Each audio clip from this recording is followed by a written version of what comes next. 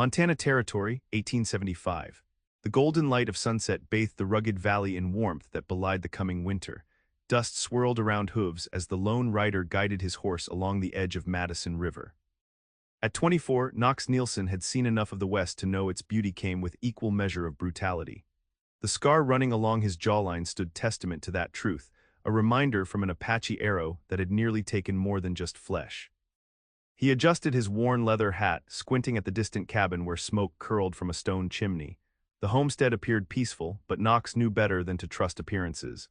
In these parts, peace was fleeting as morning mist. "Steady now, monarch," he murmured to his buckskin gelding. The horse snorted, sensing his rider's unease. Knox had spent the past 3 years drifting, taking work where he could find it, cattle drives mostly, with occasional stints as a ranch hand. He never stayed anywhere long enough to form attachments. The frontier had taught him a harsh lesson: connections were liabilities. Everyone he had ever cared for had either died or left him behind, his parents to cholera, his brother to a bullet in Dodge City, his one-time sweetheart to a banker's son back east. The frontier was no place for a tender heart, better to remain unattached, unburdened, free to move when danger threatened. That was the code Knox lived by, and it had kept him alive when others fell. As the cabin grew larger in his vision, Knox rehearsed what he would say. He needed work and shelter for the winter, nothing more. Come spring he would ride on as always. No roots, no regrets, that was the cowboy way, his way. The note in his pocket carried simple instructions: winter hand needed, fair pay. Inquire at Caldwell Ranch, Madison Valley. It had been posted at the general store in Virginia City, and with winter approaching and his funds dwindling, Knox had little choice. Work was work, and a roof over his head during Montana's brutal winter months would be welcome. What he hadn't expected was the woman who stepped onto the porch as he approached, rifle held confidently in slender hands. She wore a practical blue calico dress, her honey blonde hair pulled back in a simple braid that caught the last light of day. Even from this distance, Knox could see the wariness in her stance. "That is far enough, stranger," she called, her voice carrying across the yard with surprising authority. "State your business." Knox reined Monarch to a stop, raising his hands slightly to show he meant no harm. "Name's Knox Nielsen, ma'am. Saw your notice in Virginia City about needing a hand for the winter." She didn't lower the rifle, but her posture relaxed slightly. "Dismount slowly. Leave your sidearm on the saddle." Knox complied, unbuckling his holster and draping it over the saddle horn before sliding to the ground. Up close, he could see she was young, perhaps 20 or 21, with eyes the color of summer sage and a spray of freckles across sun-kissed cheeks. Despite her youth, there was a hardness to her gaze that spoke of difficult years. "Winona Caldwell," she said finally, lowering the rifle but keeping it ready. "My father placed that notice." Knox nodded, maintaining a respectful distance. "Is he around to speak with?" Something flickered in her expression, pain quickly masked. "He passed 3 weeks ago. Fever took him." "My condolences, Miss Caldwell. I will trouble you no further." Knox reached for Monarch's reins, preparing to mount up. "Wait," her command stopped him. "When did you work your last cattle drive?" "Finished one up from Texas to Cheyenne last month." "Ever break horses?" "Since I was 14. She studied him with calculating eyes. "Can you mend fence?" "Repair a roof, handle yourself if trouble comes." Knox touched the scar along his jawline. "Yes to all 3, ma'am." Winona Caldwell took a deep breath, seeming to come to a decision. "Winter's coming early this year. I have 200 head of cattle, 20 horses that need tending, and too much work for one person." She gestured to the vast expanse of land surrounding them. "I need help if I am going to keep this ranch. My father built it from nothing, and I will not lose it now." Knox understood the subtext of her words. A woman alone on a ranch this size would be vulnerable to the elements, to predators both animal and human, to the harsh realities of frontier life. "What are your terms?" he asked. "Room in the bunkhouse, meals, and $15 a month," she replied. "In return, you work from sunup to sundown 6 days a week. You take orders from me without question. And you understand this is temporary, through winter only." Her terms aligned perfectly with his own intentions. No attachments, just work and shelter until he could move on with spring thaw. "Those terms suit me fine, Miss Caldwell." She nodded sharply. "The bunkhouse is around back. Get settled, then come to the main house for supper. We start at dawn." As Winona turned to go back inside, Knox noticed the slight tremor in her shoulders. the only indication that her confidence might be a brave front. She paused at the door, looking back over her shoulder. Mr. Nielsen. Yes, ma'am. I run an honest ranch. If you have any notions otherwise, best ride on now. Knox met her gaze steadily. I am just looking for honest work, Miss Caldwell, nothing more. She seemed to accept this, disappearing into the cabin and leaving Knox alone in the yard as twilight deepened around him. The bunkhouse was simple but clean. 6 empty bunks testified that he was the only hand currently employed. Knox chose a bed near the door, old habits of caution dying hard. He unpacked his meager belongings, a spare shirt, worn trousers, a dog-eared copy of the Iliad that had been his father's, and the knife he kept strapped to his ankle. After washing trail dust from his face and hands at the pump outside, Knox made his way to the main house. The smells of fresh bread and stew greeted him before he even knocked. Enter, Winona called at his knock. The cabin's interior was modest but well-maintained. A stone fireplace dominated one wall, its crackling flames casting dancing shadows. The furniture was handcrafted but sturdy, a dining table with 4 chairs, a sideboard with dishes, and what appeared to be a desk covered with ledgers and papers. A doorway presumably led to sleeping quarters. Winona gestured to the table where 2 bowls of stew steamed. Sit, eat while it is hot. They ate in awkward silence for several minutes before Winona spoke. My father and I ran this ranch together since my mother died 6 years ago. He taught me everything cattle, horses, business. She spoke matter-of-factly, but Knox detected the undercurrent of grief. Most of the hands left after he died, they would not work for a woman. Knox nodded, understanding the prejudice she faced. Their loss, I would say. A hint of surprise crossed her features. You do not find it improper, a woman running a ranch. I have learned that capability matters more than convention out here, Knox replied honestly. If you know the work, that is what counts. She seemed to weigh his words, searching for insincerity and finding none. Tomorrow I will show you the property, she continued, all business again. We have the north pasture to clear before the first heavy snow. The cattle need to be brought down from summer grazing, and the barn roof has a leak that needs patching. Knox listened as she outlined the work ahead, impressed by her knowledge and organization despite her youth. When they finished eating, he stood to leave. One more thing, mister. Nielsen, Winona said, her voice dropping slightly. There have been cattle gone missing. Not many one here, 2 there, could be wolves or bears, but you suspect rustlers, Knox finished. She nodded, keep your eyes open. If you see anything unusual, I want to know immediately. Yes, ma'am. As Knox walked back to the bunkhouse under a canopy of stars, he pondered the young woman who was now his employer. Winona Caldwell was clearly struggling under the weight of her responsibilities, though she hid it well. But that was not his concern. He would work hard, earn his pay, and ride on when winter released its grip. No attachments. No complications. Yet as he settled into the narrow bunk, Knox could not help but admire her determination. It reminded him of his mother, the same fierce independence, the same unwillingness to bend to circumstances.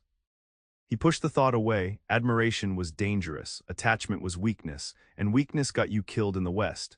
Dawn arrived with a bitter chill that hinted at the winter to come. Knox was already up, building a fire in the bunkhouse stove when a knock came at the door. Winona stood outside, dressed in riding pants beneath her skirt, her hair braided and tucked beneath a wide-brimmed hat. Good, you are an early riser, she said by way of greeting. Breakfast is ready in the main house. After that, I will show you the property. The following hours were spent in the saddle as Winona guided Knox across the Caldwell Ranch. The property was impressive, nearly 2,000 acres stretching from river valley to pine-covered hills. They checked fence lines, inspected water sources, and rode to the upper pastures where most of the cattle still grazed. We need to bring them down within the week, Winona explained as they surveyed the herd from a ridge. The first snow could come any day now. Knox nodded, mentally calculating the work involved. We will need help. 2 people cannot drive this many head safely. A flicker of worry crossed her face. The nearest ranch is 20 miles east. They might spare a man or 2, but they might not want to help a woman rancher, Knox finished. Precisely, Winona straightened in her saddle. We will manage ourselves, we have no choice. The determination in her voice was admirable, but Knox recognized the impracticality of her plan. Miss Caldwell, I respect your resolve, but attempting this with just the 2 of us is foolhardy. The cattle could scatter or worse, we could lose control and cause a stampede. She turned to him, eyes flashing. Do you think I do not know that? Do you think I have not considered every possibility? I have sent word to every ranch within 50 miles. No one has responded. Knox held her gaze, understanding dawning. She was not being stubborn, she was being realistic about their limited options. Then we do it in sections, he suggested. Bring down 50 head at a time. It will take longer, but it will be safer. Winona considered this, then nodded. That could work. We will start tomorrow with the cattle closest to the valley. As they rode back toward the ranch house, Knox noticed fresh tracks cutting across their path. He dismounted to examine them more closely. 3 horses, he said, tracing the outline with his finger. Rode through here yesterday, I would guess. Winona joined him, frowning. This is not a common trail. No reason for riders to come this way unless they were scouting your herd, Knox finished, meeting her worried gaze. The missing cattle, she murmured. This confirms they were not taken by predators. Knox remounted, his hand instinctively checking his revolver. We should be vigilant. Rustlers rarely give up after one success. That evening, as they sat at the kitchen table planning the next day's cattle drive, Knox observed Winona more carefully. Despite her composed exterior, fatigue shadowed her eyes and her shoulders sagged when she thought he was not looking. The burden she carried was immense for one so young. May I ask you something, Miss Caldwell? Knox ventured. She looked up from the map she had been studying. You may. Why not sell? There are surely buyers who would give you a fair price. You could return east, perhaps, to family. The flash of anger in her eyes told him immediately he had misspoken. This land is all I have, Mr. Nielsen. My father spent 15 years building this ranch. My mother is buried on that ridge. She pointed toward the window. I have no family back east, and even if I did, this is my home. I will not abandon it. Knox nodded, accepting her rebuke. I meant no disrespect, I only thought. That because I am a woman I cannot handle this responsibility, she challenged. No, he said quietly. Because it is a heavy burden for anyone to bear alone. Something in his tone, perhaps the echo of his own loneliness, seemed to temper her anger. Winona's expression softened slightly. It is, she admitted. But it is my burden to carry. She stood, clearly signaling the end of the conversation. We should rest. Tomorrow will be a long day. Knox watched her retreat to her bedroom, struck by the paradox of her strength and vulnerability. He reminded himself again that her struggles were not his concern. Come spring, he would ride away, leaving the Caldwell Ranch and its determined young owner behind. Yet as he walked back to the bunkhouse under a sky heavy with approaching storm clouds, Knox could not shake the feeling that something had shifted. For the first time in years, he felt a flicker of something beyond his carefully maintained detachment, a reluctant admiration for Winona Caldwell and her unflinching courage. The following days established a rhythm of exhausting work. Each morning, they rode to the high pastures, separated a manageable number of cattle, and drove them down to the winter grazing lands closer to the ranch house. The work was slow and grueling, made more difficult by the dropping temperatures and occasional snowflakes that hinted at the coming winter. Despite the challenges, Knox found himself impressed by Winona's skill with both cattle and horses. She rode as well as any man he had worked with, and her knowledge of the land and its creatures was extensive. When she gave instructions, they were clear and practical, revealing a mind that understood both the immediate tasks and the longer strategy needed to keep the ranch viable. On the 5th day, as they drove another small herd down from the highlands, the skies darkened ominously. We need to hurry, Winona called over the lowing of the cattle. That storm is moving faster than I expected. Knox nodded, urging his horse forward to turn a straying heifer back toward the main group. The wind was picking up, carrying the scent of snow and the promise of bitter cold. They were still 2 miles from the ranch when the first heavy snowflakes began to fall. Within minutes, the air was filled with swirling white, reducing visibility to mere yards. Keep them moving, Winona shouted above the wind's howl. If they bunch up and stop, we will lose them. Knox understood the danger. Cattle could easily become disoriented in a blizzard, wandering off to freeze or fall into ravines. He pushed forward, whistling and calling to keep the animals moving in the right direction. The snow thickened, transforming the familiar landscape into a bewildering white void. Knox could barely make out Winona's form ahead of him, her shape ghostly in the whiteout conditions. Suddenly her voice cut through the storm. Knox, the ravine. He realized with horror that the cattle were veering dangerously close to a steep drop-off that ran along the eastern edge of the trail. In the blinding snow, the animals could not see the danger. Spurring Monarch forward, Knox raced toward the front of the herd, waving his arms and shouting to turn the laid steer. The animal hesitated, then grudgingly changed direction, the others following its lead. Relief was short-lived. As Knox turned back to check on Winona, he saw her horse slip on the increasingly treacherous ground. The animal stumbled, nearly sending its rider over its shoulder. Winona, he abandoned formality in the moment of crisis, galloping toward her as she struggled to regain control of her panicked mount. Before he could reach her, the horse reared, its front hooves pawing at the air. Winona clung to the saddle horn, but when the animal came down, its footing gave way on the snow-covered edge of the ravine. Knox watched in horror as both horse and rider disappeared over the edge. Without hesitation, he leaped from Monarch and ran to the ravine's edge. 20 feet below, Winona's horse had landed on a narrow ledge, while she had been thrown further down onto a snow-covered outcropping. The animal was struggling to its feet, apparently uninjured, but Winona lay motionless. "Winona," Knox called, his heart pounding, "can you hear me?" To his relief, she stirred, raising a hand to her head. "I am all right," she called back, though the tremor in her voice belied her words. Knox quickly assessed the situation. The ravine walls were steep but not sheer. With care, he could climb down to reach her. "Stay still," he instructed. "I am coming down."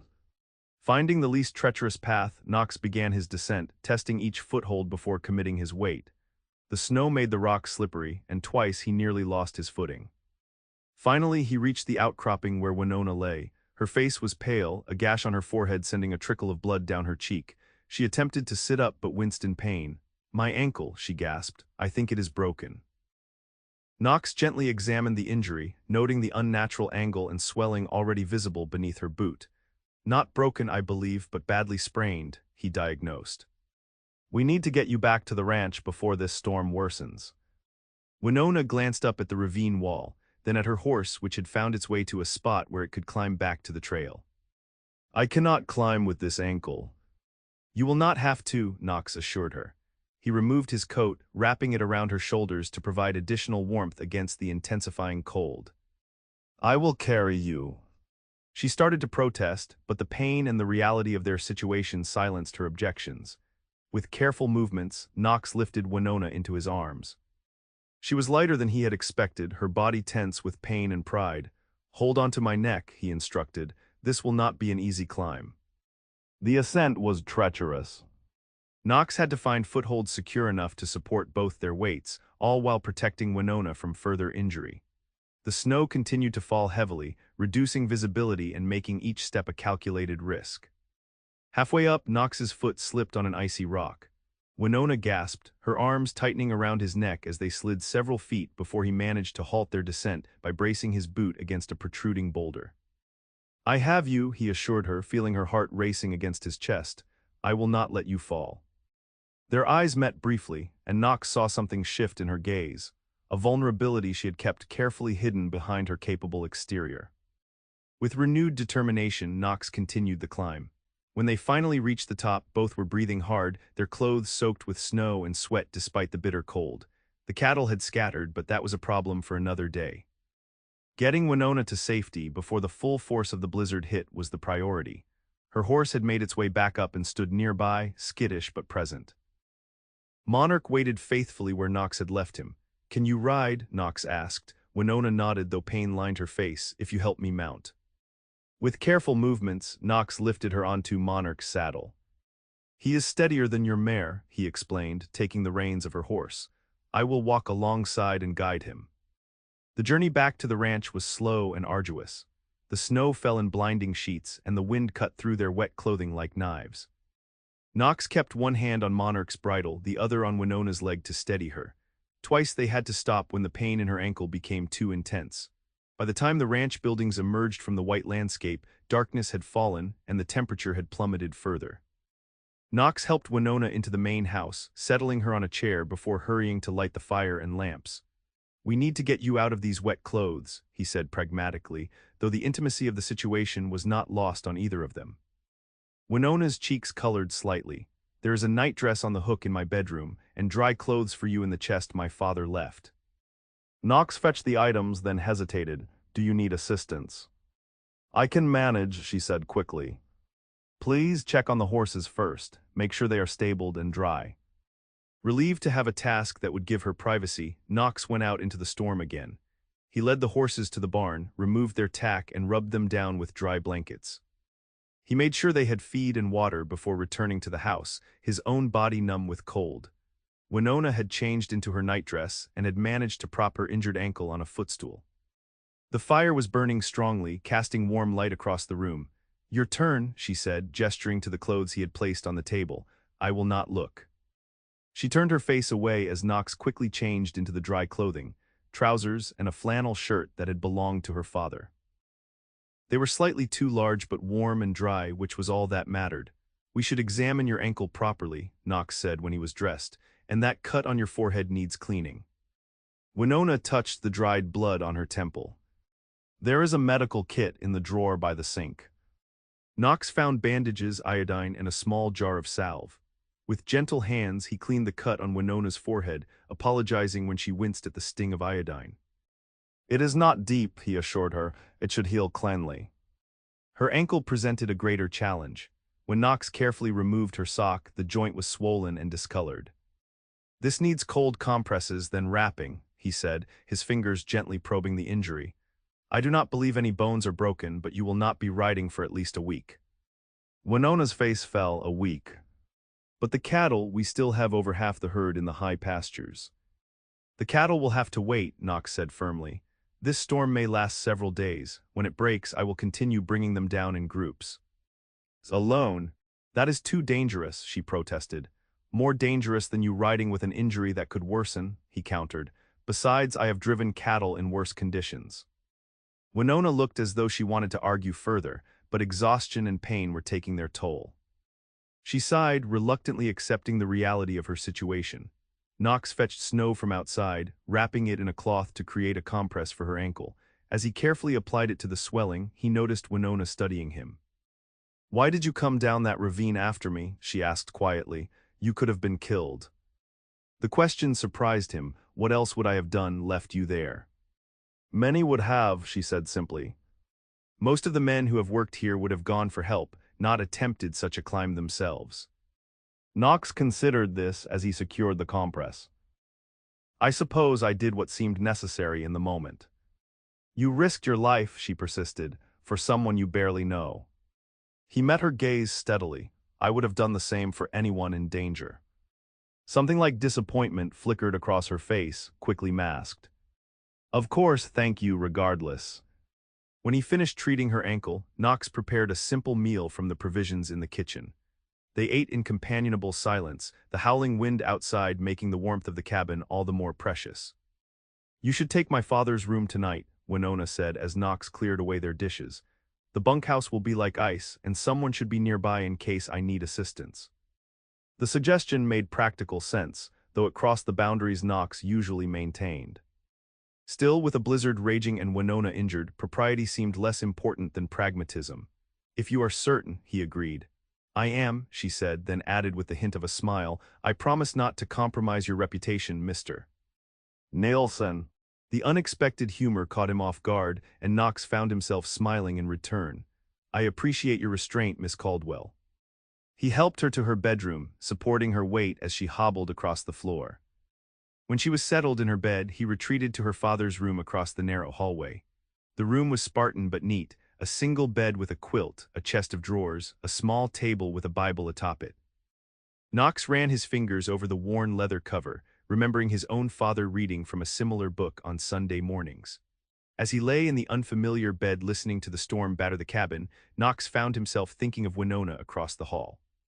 Her determination to preserve her father's legacy, her skill and courage, the vulnerability she tried so hard to hide, he reminded himself yet again that none of this was his concern. Come spring, he would ride on as he always did. Attachment was dangerous, a truth the frontier had taught him repeatedly. Yet as sleep finally claimed him, Knox could not deny that something had shifted during that treacherous climb from the ravine.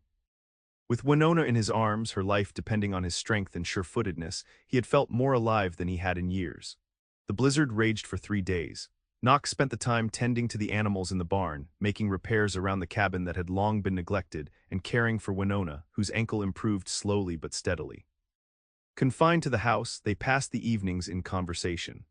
Knox learned that Winona had come west with her parents at 12, that her mother had died from pneumonia 4 years later, that she had been helping her father run the ranch since she was 16. She spoke of her dreams for the property, breeding horses alongside the cattle operation, perhaps eventually building a larger house to replace the modest cabin. In turn, Knox found himself sharing more than he had intended, stories of his childhood in Illinois, his father's death from cholera, his years on cattle drives and the ranch work that had taken him across Wyoming, Colorado, and now Montana.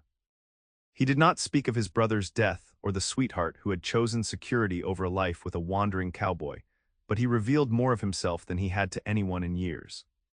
On the evening of the third day, as they sat before the fire drinking coffee, Winona asked the question Knox had been expecting.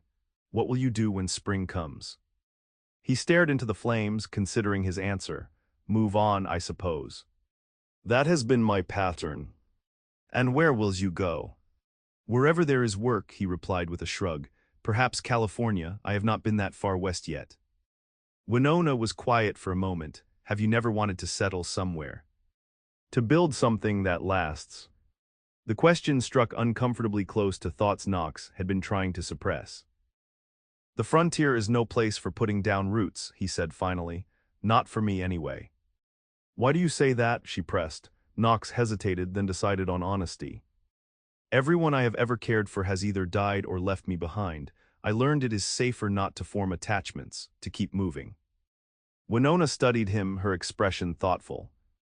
"That sounds like a lonely way to live." "It is a practical way to live," he corrected. "The West is harsh. Those who survive learn to be self-reliant." "Self-reliant does not have to mean alone," she countered gently. Knox had no answer for that.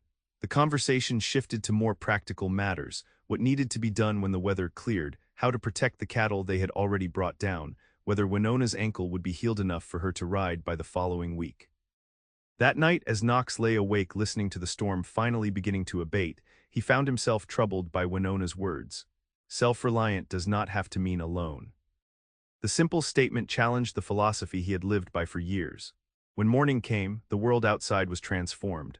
The storm had left nearly 3 feet of snow blanketing the landscape, the pristine white broken only by the path Knox had maintained between house and barn.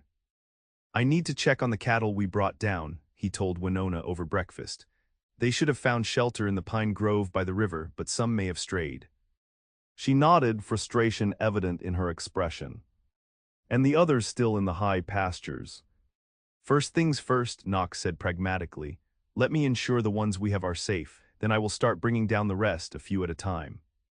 "Alone," Worry creased her brow. "That is too dangerous, especially after such a heavy snow."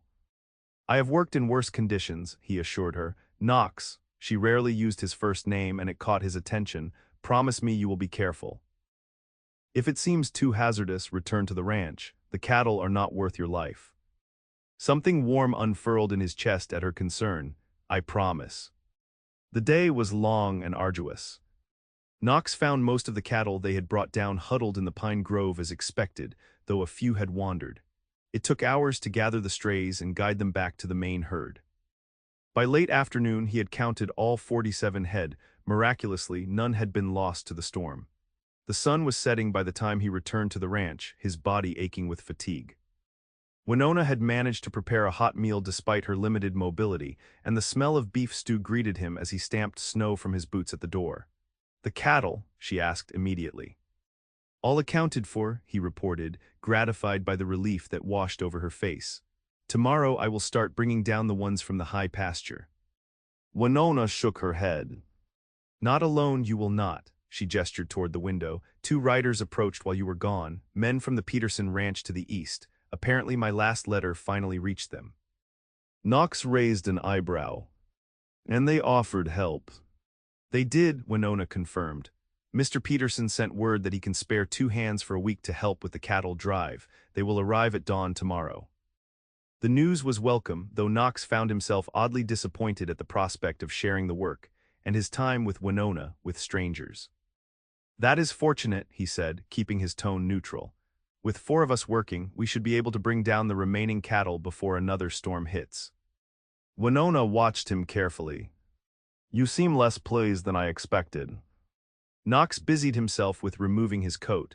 I am grateful for the help. The work will go faster with more hands. But, she prompted. He hesitated, then admitted, I have grown accustomed to our arrangement. These past days have been.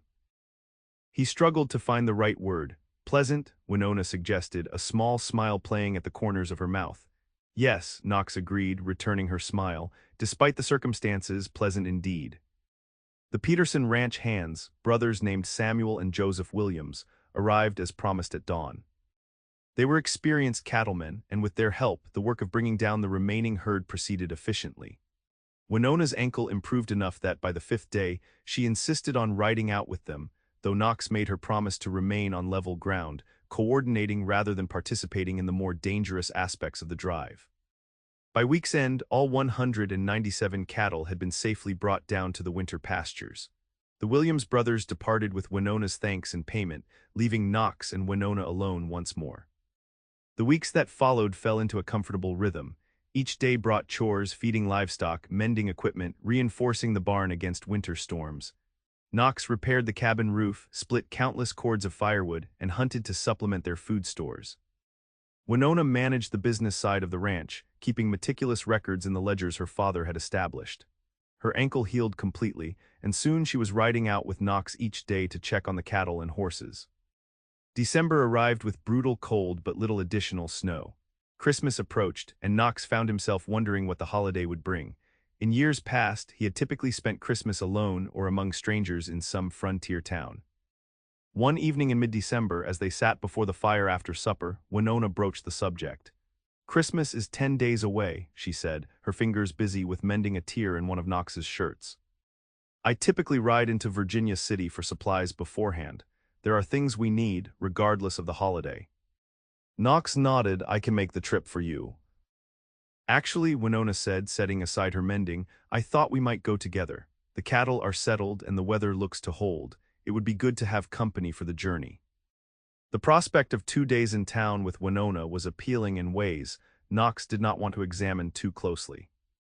If you think it wise to leave the ranch. For 2 days, yes, she said firmly. Besides, I have not been to town since before my father died. There are matters I need to attend to with the bank. The following morning, they set out for Virginia City. The 20-mile journey would take most of the day, and they planned to stay overnight at the hotel before returning. The trail was challenging but passable, the snow packed down by previous travelers. They rode side by side when the path allowed, talking easily about the ranch, the weather, the approaching spring. Knox found himself stealing glances at Winona as they rode. The winter sun brought color to her cheeks, and her honey-blonde hair escaped her hat in wisps that caught the light. At 21, she carried responsibilities that would have crushed many twice her age, yet she faced each day with a determination that Knox increasingly admired. They reached Virginia City by late afternoon. The mining town bustled with activity despite the winter weather, saloons doing brisk business, merchants hawking wares, miners and cowboys moving between establishments with purpose or leisure depending on their fortunes. Knox secured rooms for them at the modest hotel before accompanying Winona to the bank. He waited outside while she conducted her business, watching the town's activities with the wariness of a man accustomed to trouble. When Winona emerged, her expression was troubled. What is wrong? Knox asked immediately. She shook her head slightly. Not here, I will tell you over dinner. They ate at the hotel restaurant, waiting until their meals had been served and the waiter had departed before Winona spoke in low tones. The bank is calling in a portion of my father's loan, she explained. They claim that with his death the terms have changed. They want $500 by the end of January. Knox frowned. Can they do that legally? Apparently so. The loan agreement had clauses I was unaware of. Winona pushed her food around her plate. The banker, Mr. Hargrove, suggested that if I find the terms difficult, I might consider selling the ranch. To whom? Knox asked, suspicion immediate. He mentioned several interested parties, but primarily the Blackwell Mining Company. They have been buying up land throughout the valley. Knox had heard of the company. They had a reputation for aggressive expansion and little concern for the environment or previous landowners. And if you do not sell? Winona met his gaze directly. They will foreclose if I cannot meet the payment. Do you have the funds? She hesitated. Not currently. The winter cattle sale will not happen until March. My father had some savings, but most went to paying the hands who left after his death. Knox considered the problem. There must be other options, a different bank perhaps. Not in Virginia City. And I doubt any bank would offer better terms to a young woman alone. Winona's voice held resignation but also determination. I will find a way. I am not giving up my land. They completed their shopping the following morning. Supplies, ammunition, fabric for repairs, coffee and sugar, a few small luxuries they could not produce on the ranch. Knox noticed Winona lingering over a display of ribbons in the general store, but moving on without purchasing any, clearly watching every penny. As they prepared to depart, Knox excused himself for one final errand. When he returned to where Winona waited with the horses, he carried a small package wrapped in brown paper. "What is that?" she asked. "Something for the ranch," he replied vaguely, securing it in his saddlebag. "Ready to head back." The return journey seemed shorter somehow, their conversation comfortable despite the serious matters they had discussed in town. Knox found himself laughing more than he had in years as Winona recounted stories of her childhood journeys with her father. They were within 5 miles of the ranch when Knox spotted the tracks, 3 horses crossing their path just as they had months earlier. His hand instinctively moved to his revolver. "Winona," he said quietly, pointing to the tracks. "Recent." "Within the hour." She tensed, scanning the horizon, heading toward the ranch. Without another word, they urged their horses to a gallop. Knox's mind raced with possibilities, none of them good. Rustlers would know the ranch was vulnerable with only 2 people to defend it. As they crested the final ridge overlooking the ranch, Knox felt a surge of relief. The buildings appeared undisturbed, no strange horses visible in the yard. But when they rode closer, the signs of intruders became apparent. The barn door stood open, footprints marked the fresh snow around the cabin, and the distinct odor of tobacco lingered in the air. Knox dismounted first, drawing his revolver. "Stay behind me," he instructed Winona, who had already pulled her rifle from its scabbard. They approached the cabin cautiously. The door was ajar, though they had left it securely latched. Knox pushed it open slowly, weapon raised. The cabin appeared empty but had been thoroughly searched, drawers pulled open, items moved, Winona's father's desk disturbed. "They were looking for something," Winona said, surveying the disruption. Knox nodded grimly. "The question is what, and did they find it?" Winona moved to the desk, rifling through the papers scattered across its surface. "The deed," she said suddenly. "They were looking for the deed to the ranch." "Is it safe?"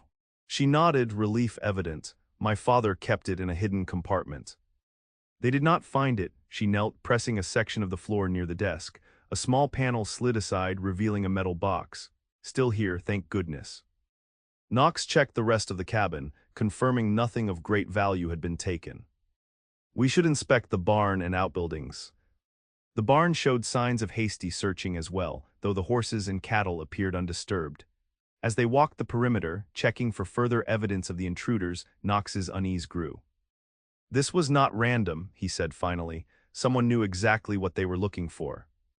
Winona's expression hardened. "Blackwell Mining Company. They want my land and they will not take no for an answer." "You think they would resort to theft? Or worse?" "I think 500 acres of prime water access is worth a great deal to a mining operation," she replied. "And I think Mr. Hargrove at the bank might not be an impartial party in this matter." They spent the remainder of the day securing the ranch, checking fences, reinforcing doors, taking inventory to ensure nothing important had been stolen. By nightfall, both were exhausted but satisfied that the property was as safe as they could make it. As they sat before the fire that evening, the violation of their home hung heavy in the air. Knox cleaned his revolver methodically, his mind turning over the implications of the day's events. "I should not have left the ranch," Winona said suddenly, breaking the silence. "If we had been here." "If we had been here, we might have faced 3 armed men," Knox countered. "It is fortunate we were not." Winona met his gaze, her expression grave. "But what happens next time? They will come back, Knox." "I am certain of it." The use of his first name, now becoming more frequent, did not escape his notice, nor did the fear beneath her determined exterior. "Then we prepare," he said simply. "We remain vigilant. And perhaps we make some inquiries of our own." "What do you mean?" Knox set aside his cleaned weapon. Virginia City is a small town, people talk. I have acquaintances who might know more about Blackwell mining and their methods. Next trip I will ask questions. Winona nodded, then hesitated before speaking again. Knox, I need to ask you something. Anything. When spring comes, she paused, seeming to gather courage. Will you still live? The question caught him off guard, though perhaps it should not have. April was only 3 months away. The arrangement they had made had been clear, employment through winter only. I had planned to, he said carefully, watching her face. That was our agreement. I know, she said quickly, and I would not ask you to change your plans, but given these circumstances. She gestured to encompass the searched cabin, the implied threat. I find myself in need of help beyond winter. I would understand if you cannot stay, but I wanted to ask. Knox felt a conflicting surge of emotions. Desire to stay, fear of attachment, concern for Winona's safety, the old instinct to move on before he became vulnerable. I cannot give you an answer tonight, he said honestly, but I will consider it. She nodded, accepting his response without pressing further. That is all I ask. Christmas arrived with clear skies and bitter cold. Knox rose early to tend the animals, returning to the cabin to find Winona already preparing a special breakfast, flapjacks with preserved berries, bacon, and fresh coffee. Merry Christmas, she greeted him, her cheeks flushed from the stove's heat. She wore her usual practical clothing, but had added a touch of ribbon to her braid, store-bought finery that brightened her appearance. Merry Christmas, he returned, surprised by the effort she had made. This looks wonderful. After breakfast, Winona retrieved a small package from her bedroom. This is for you, she said, a hint of shyness in her manner. It is not much, but... Knox accepted the gift with genuine surprise. He had not received a Christmas present in years. Unwrapping it carefully, he found a hand-knitted scarf in deep blue wool. I made it while my ankle was healing, Winona explained. I noticed your old one was quite worn. The thoughtfulness of the gift touched him deeply. It is perfect, he said, wrapping it around his neck. Thank you. He then retrieved his own package from his saddlebag, where it had remained since their trip to Virginia City. And this is for you. Winona's surprise mirrored his own as she unwrapped the gift. Inside lay a small bottle of lavender perfume and 3 silk ribbons in different shades of blue. Knox, she breathed, running her fingers over the ribbons. These are lovely. But you should not have spent your wages on such things. They made me think of you, he said simply. The ribbons match your eyes. Her gaze met his, something unspoken passing between them. For a brief moment Knox thought she might move closer, but instead she carefully rewrapped the ribbons. Thank you, she said softly, truly. They spent the day in companionable activities, checking on the cattle, preparing a special dinner of roast venison with the last of the preserved garden vegetables, reading aloud from a volume of Tennyson's poems that had belonged to Winona's mother. As evening fell, Knox built up the fire while Winona brewed tea. The cabin felt different somehow, warmer, more like a home than merely shelter against the elements. Knox found himself studying Winona's profile as she moved about the kitchen, noting the grace in her movements, the determination in her posture, the occasional smile that transformed her serious expression into something luminous. The realization struck him with the force of physical impact. He did not want to leave when spring came. The thought of riding away from this cabin, from the ranch they had worked so hard to maintain, from Winona herself, it created an ache in his chest that could not be ignored. Yet the old fear remained. Attachment brought vulnerability. Vulnerability brought pain. It was the lesson the frontier had taught him repeatedly. January arrived with renewed challenges. The weather turned brutally cold, forcing them to focus on survival rather than future plans. A wolf pack began harassing the cattle, requiring constant vigilance. And the deadline for the bank payment loomed ever closer, a constant source of worry for Winona. I have been reviewing the accounts again, she told Knox one evening in mid-January, ledgers spread across the table. If we sold 10 head now instead of waiting until spring, we might raise enough to meet the payment. Knox frowned. 10 of your best breeding stock, that would hurt the ranch in the long term. I know, she admitted, but I see no alternative. What about a loan from another source, Knox suggested, perhaps Mr. Peterson to the east. He seemed supportive when he sent his men to help. Winona considered this, perhaps, though asking for such a favor. Is better than sacrificing the future of your herd, Knox finished firmly. Write to him tomorrow. I will deliver the letter myself. 2 days later, Knox rode through bitter cold to the Peterson ranch. The 20-mile journey took most of the day, the trail obscured by recent snowfall. He arrived as dusk was falling, grateful for the warm welcome from the ranch owner. Samuel Peterson was a man in his 50s with a weathered face and kind eyes. He listened carefully as Knox explained Winona's situation. Hargrove and his bank have been in Blackwell's pocket for years, Peterson confirmed, pouring Knox a cup of coffee. They have forced out 3 other small ranchers in the valley already. Always the same pattern: call in loans, demand immediate payment, then foreclose when the owners cannot comply. And then sell the land to Blackwell, Knox concluded grimly. Peterson nodded. Precisely. I have been expecting them to target the Caldwell place. That water access is too valuable for them to ignore. Will you consider Winona's loan request? Knox asked directly. The older man studied him thoughtfully. You care for her more than as an employee. It was not a question, but Knox answered anyway. I do. She is remarkable. Peterson smiled slightly. That she is. Her father was a good man, and she is cut from the same cloth. He was quiet for a moment, then reached a decision. I will help, not with a loan but with an advance payment. I have been looking to improve my breeding stock. If Miss Caldwell is willing to sell me breeding rights to her bull, the red Hereford I saw when my boys were helping with the drive, I will pay $500 now, with additional payments when the calves arrive. The offer was fair, even generous. Knox felt a surge of relief. She will agree, I am certain, and I thank you, Mr. Peterson. No need for thanks. We small ranchers must stick together against companies like Blackwell. Peterson refilled Knox's coffee. You are welcome to stay the night and return in the morning. Knox accepted the offer gratefully. Before retiring to the bunkhouse, he penned a quick note to Winona, explaining Peterson's proposal and assuring her he would return the following day. He slept poorly, his mind filled with thoughts of the ranch, the threat from Blackwell Mining, and most persistently of Winona. By dawn, he was eager to be on the trail again. The journey back seemed interminable despite good weather. When the Caldwell Ranch finally came into view in the late afternoon, Knox urged Monarch to a faster pace, eager to share the good news. As he approached, however, he noticed something was wrong. Smoke rose from the chimney as expected, but the barn door stood open despite the cold, and Winona's mare was not in the corral where it should have been. Alarm prickled along his spine as Knox dismounted, drawing his revolver. Moving cautiously toward the cabin, he called out, Winona, are you here? No answer came. The cabin door was unlocked but closed. Knox pushed it open carefully, weapon raised. The interior was cold despite the fire, which had clearly been burning unattended for some time.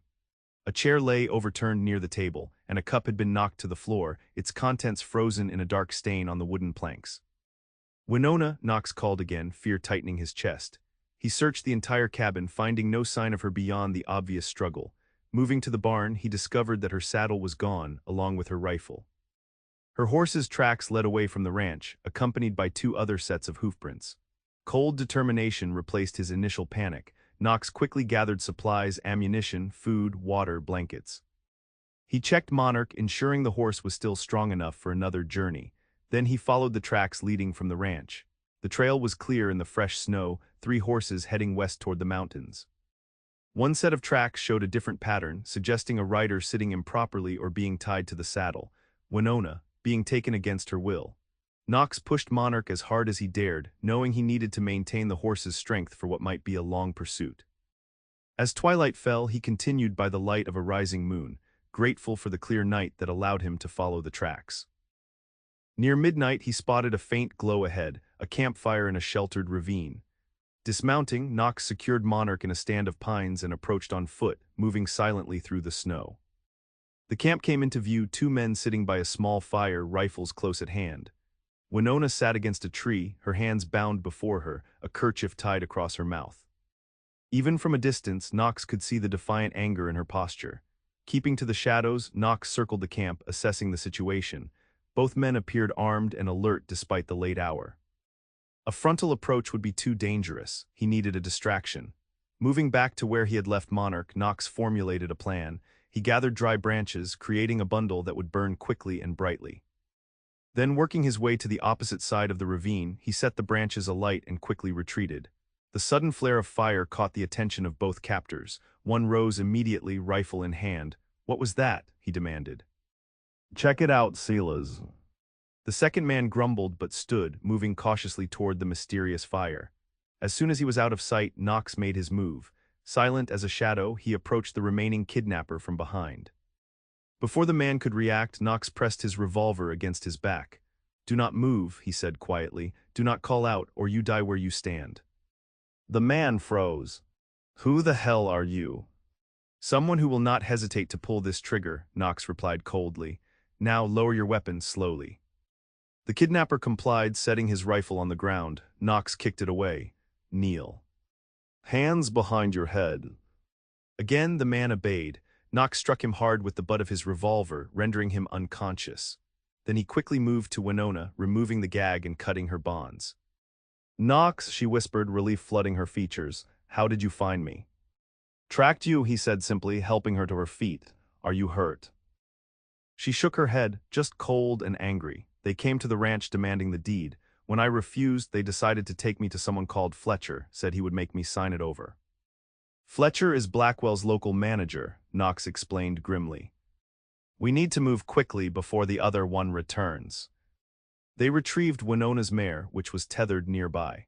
Knox bound the unconscious kidnapper securely, gagging him to prevent him from alerting his partner. Then they slipped away into the darkness, riding hard for the first mile to put distance between themselves and the camp. When they finally slowed to rest the horses, Winona turned to Knox. "They will follow as soon as they realize I am gone."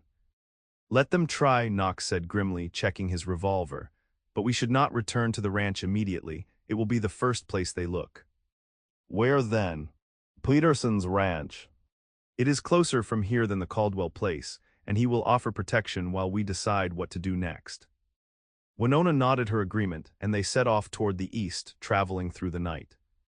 They reached Peterson's ranch shortly after dawn, exhausted but safe. The rancher welcomed them with alarm and concern, quickly organizing his hands to stand guard against possible pursuit. After hearing their story, he grew thoughtful. "This has gone beyond business," he said gravely. "Kidnapping is a hanging offense even in the territories. We need to bring in the law." "The nearest marshal is in Virginia City," Winona pointed out. "And I am not certain he would act against Blackwell. They have influence." "Then we go higher," Peterson decided. "The territorial governor has been cracking down on corporate overreach. I will send a man to Helena with a full account of what has happened." While they waited for a response from the authorities, Knox and Winona remained at the Peterson ranch. Peterson sent men to check on the Caldwell property and care for the livestock, reporting that there had been no further intrusions. The $500 was transferred as agreed, with Peterson insisting that the deal stand despite the circumstances. "Business is business," he said firmly, "and I have wanted breeding rights to that bull for 2 years." 4 days later, a response arrived from Helena in the form of a U.S. Marshal named Donovan. The man was imposing, tall, broad-shouldered, with a reputation for incorruptibility. "The governor takes a dim view of corporations using intimidation tactics," he informed them after hearing their accounts. "I will be investigating Blackwell Mining Company's activities throughout the territory, starting with their local manager." "What should we do in the meantime?" Winona asked. "It is not safe to return to my ranch." "Actually," Marshal Donovan countered, "I would prefer you return as soon as possible. Continue your normal activities. I will have deputies watching the property discreetly." "You intend to use us as bait," Knox realized. The marshal nodded. "If they made one attempt, they may make another, and I want to catch them in the act." The plan was risky but made strategic sense. With the marshal's assurance of protection, Knox and Winona returned to the Caldwell Ranch the following day. They found the property undisturbed since Knox's departure, the livestock safe thanks to Peterson's men. January passed into February with no sign of further trouble. Marshal Donovan's investigation proceeded quietly, with occasional updates sent via trusted messengers. The bank payment was made on time, temporarily securing the ranch from financial threat. Yet Knox remained vigilant, never fully relaxing his guard. Each night he checked and rechecked the locks on doors and windows. Each day he scanned the horizon for approaching riders. And each moment in between he found himself increasingly aware of Winona's presence, her voice, her movements, the subtle floral scent that lingered when she passed. On a cold February evening, as they sat before the fire after supper, Winona broke the comfortable silence. "You never answered my question," she said softly, "about whether you will leave when spring comes." Knox looked up from the book he had been reading. In truth, he had been avoiding the question, uncertain of his own answer. "No," he admitted. "I have not." Winona set aside her mending, meeting his gaze directly. "I need to know, Knox, not just for practical reasons, whether I need to find another hand, whether I should plan differently for the spring roundup. I need to know for myself." The vulnerability in her voice touched something deep within him. Knox closed the book, setting it on the small table beside his chair. "I have spent 3 years drifting," he began slowly. "Never staying anywhere long enough to form attachments. It seemed safer that way." "And now," Winona prompted when he fell silent. Knox met her gaze, allowing himself to acknowledge what he had been fighting for months. "Now I find myself wanting to stay here with you." The words hung in the air between them, heavy with implication. Winona's eyes widened slightly, hope and uncertainty mingling in their blue depths. "Why?" she asked simply. It was the most difficult question, requiring the most honest answer. Knox chose his words carefully, wanting to express exactly what he had come to feel. "Because for the first time in years I have found somewhere that feels right. Work that matters, land worth protecting." He paused, gathering courage, "and someone worth staying for." Winona stood, moving to kneel beside his chair. "I have been afraid to ask," she confessed. "Afraid that you still saw me as only an employer, that the ranch was just another job." Knox reached out, tentatively touching her cheek. "It started that way," he acknowledged. "But something changed, during the blizzard perhaps, or when I followed your tracks into the mountains. I realized I would risk anything to keep you safe. And that is not something an employee feels for an employer." Her hand covered his, holding it against her cheek. "What is it then? What do you feel?" "I think," Knox said slowly, "it might be love." The word, once spoken, seemed to transform the very air around them. Winona's eyes filled with tears, but her smile told him they were not tears of sadness. "I have been hoping," she whispered, "hoping but afraid to believe." Knox leaned forward, closing the distance between them until their foreheads touched. "I will stay, Winona, not just until spring, for as long as you want me here." "And if I want you forever?" she asked, her voice barely audible. Instead of answering with words, Knox kissed her. It was gentle at first, a question rather than a demand. When Winona responded, wrapping her arms around his neck, the kiss deepened into something more profound, a promise, a beginning. When they finally drew apart, both breathless, Knox rested his forehead against hers once more. "Forever," he agreed softly, "though I have little to offer except myself and my labor." Winona smiled, touching his face with wondering fingers. "That is all I want, you are all I want." The following weeks brought significant changes to the Caldwell Ranch. Marshal Donovan's investigation resulted in the arrest of Fletcher and 2 other Blackwell mining executives on charges of conspiracy, attempted kidnapping, and fraud. The banker Hargrove was implicated as well, his collusion with Blackwell exposed through detailed records found in Fletcher's office. With the immediate threat removed, Knox and Winona turned their attention to the future of the ranch. They planned expansions to the cattle operation, discussed breeding programs for the horses, and began drawing up designs for additions to the cabin that would transform it into a proper home. In the evenings, they often walked the property together, talking of their dreams and plans. Knox found himself speaking of hopes he had long suppressed, for a family, for a legacy, for a life built on something more substantial than drifting from job to job. Winona listened with shining eyes, adding her own visions to his. Together, they crafted a future that seemed increasingly possible with each passing day. March arrived with warming temperatures and the first hints of spring. The snow began to melt in the valleys, though the mountain peaks remained white. Cattle that had grown thin during winter began to fill out as new grass emerged, and the date Knox had originally planned to ride on came and went without comment from either of them. On a mild evening in late March, Knox rode to Virginia City alone, returning with supplies and a small velvet pouch that he kept carefully hidden. That night he suggested a ride to the ridge where Winona's mother was buried, a place she often visited when seeking peace or clarity. The sunset painted the valley in hues of gold and rose as they sat together on a fallen log, watching the play of light across the land that had become their shared home. It is beautiful, Winona said softly, leaning against Knox's shoulder. I never tire of this view. Nor I, Knox agreed, though his eyes were on her profile rather than the landscape.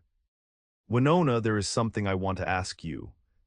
She turned to him, curiosity in her expression. What is it? Knox took a deep breath, then reached into his pocket for the velvet pouch. Kneeling before her on the soft spring earth, he opened it to reveal a simple gold band set with a small, perfect sapphire. I love you, he said simply. These months with you have shown me that the frontier need not be a place of isolation and impermanence, that even here, perhaps especially here, love and connection are possible. He held up the ring, its blue stone catching the last light of day. Winona Caldwell, will you marry me? Tears spilled down Winona's cheeks as she nodded, unable to speak for a moment. Then she threw her arms around his neck, nearly knocking him backward. Yes, she managed finally. Oh, Knox, yes. He slid the ring onto her finger, marveling at how perfectly it fit. I chose the sapphire because it reminded me of your eyes, he explained, and because blue is the color of fidelity and truth, which is what I promise you now and always. Winona looked down at the ring, then back to his face. When I posted that notice seeking a winter hand, I never imagined I would find so much more. Knox smiled, drawing her close. When I rode up to your cabin that day, I was certain I would leave come spring. I had convinced myself the frontier was no place for love or permanence. And now, she asked, resting her head against his chest. Now I know that love can flourish even in the harshest environments, he said, looking out over the valley they would share. Perhaps especially there where it is needed most. They married in April, with Peterson serving as witness and the preacher from Virginia City officiating. The ceremony was small but meaningful, held on the ridge overlooking the ranch with the mountains as backdrop. Winona wore her mother's wedding dress, altered to fit her slender frame with blue ribbons, the ones Knox had given her for Christmas, woven through her honey-blonde hair. Knox wore the only suit he owned, purchased years earlier for his brother's funeral, and now repurposed for a far happier occasion.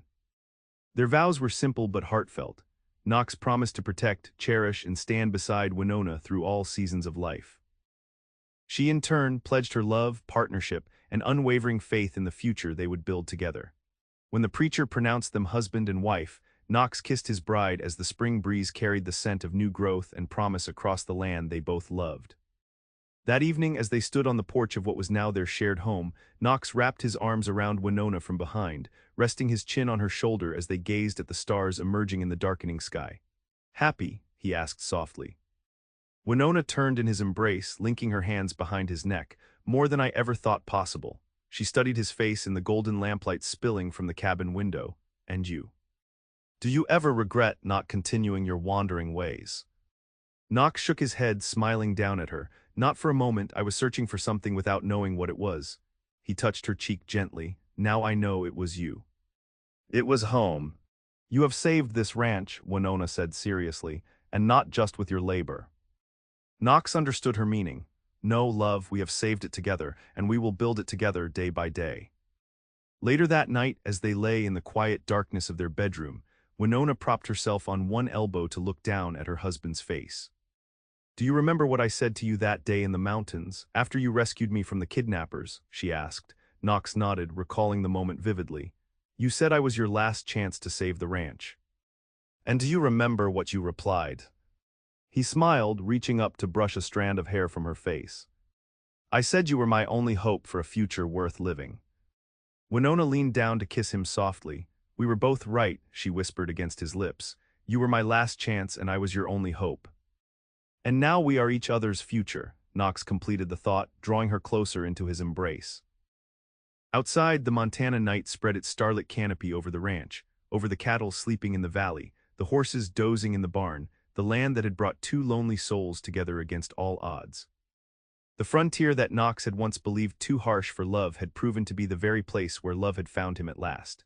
In Winona's arms, with their shared dreams taking root like spring grass after winter snow, Knox Nielsen finally understood what his years of wandering had been leading toward. Not escape but arrival, not solitude but connection, not mere survival but a life rich with purpose and joy. The West had taught him that attachment was dangerous. Winona had shown him that the greater danger lay in never daring to attach at all. Together, they would face whatever challenges the frontier presented, weather and hardship, struggle and strife, strengthened by the love that had transformed them both. As he drifted toward sleep with his wife nestled against him, Knox felt a contentment he had never known before. The journey that had begun with a simple notice seeking a winter hand had led to a destination he could never have imagined. Home in all its fullest meaning. Outside, the wind whispered through the pines, carrying the ancient promise of spring and renewal. Inside, in the warmth of their embrace, that promise had already been fulfilled.